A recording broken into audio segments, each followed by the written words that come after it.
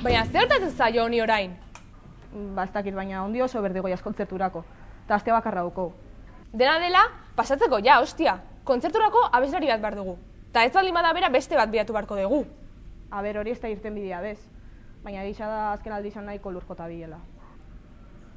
Egia esan momentu txar bat pasatzen ari da. Neska lagunak utzi du.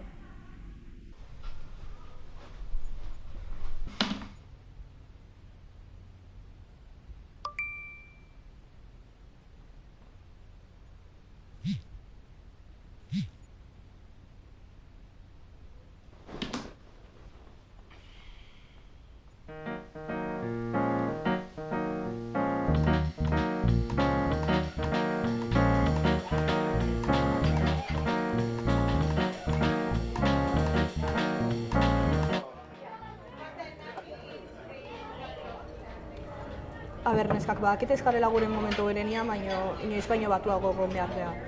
Ados. Horretarako inbar dugun bakarra da... Ezinezkoa da. Zeba. Ez daukagulako denborarik.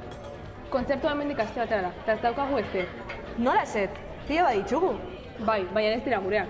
Ala pentsatzen dezu bertxoak abesten nabarmenduko garela. Bai, zeba ez. Gainera, tu has visto la deprimida esta? Ezin du abestu. Mikro bat ikusterakoan, mutu geratzen da.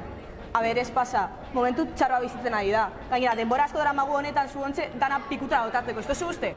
Entzun, talde honek ez du etorkizunik. Ni banoa. Itxoi.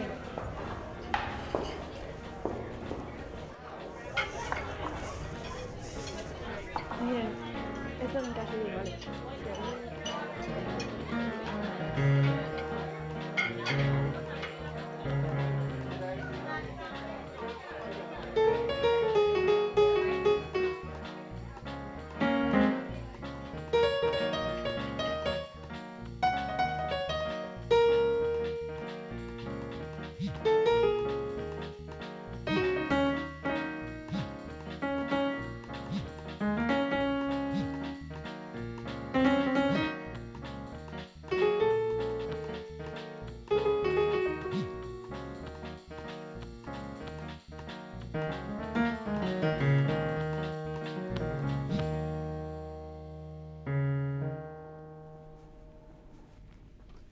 Neskak, badaukat.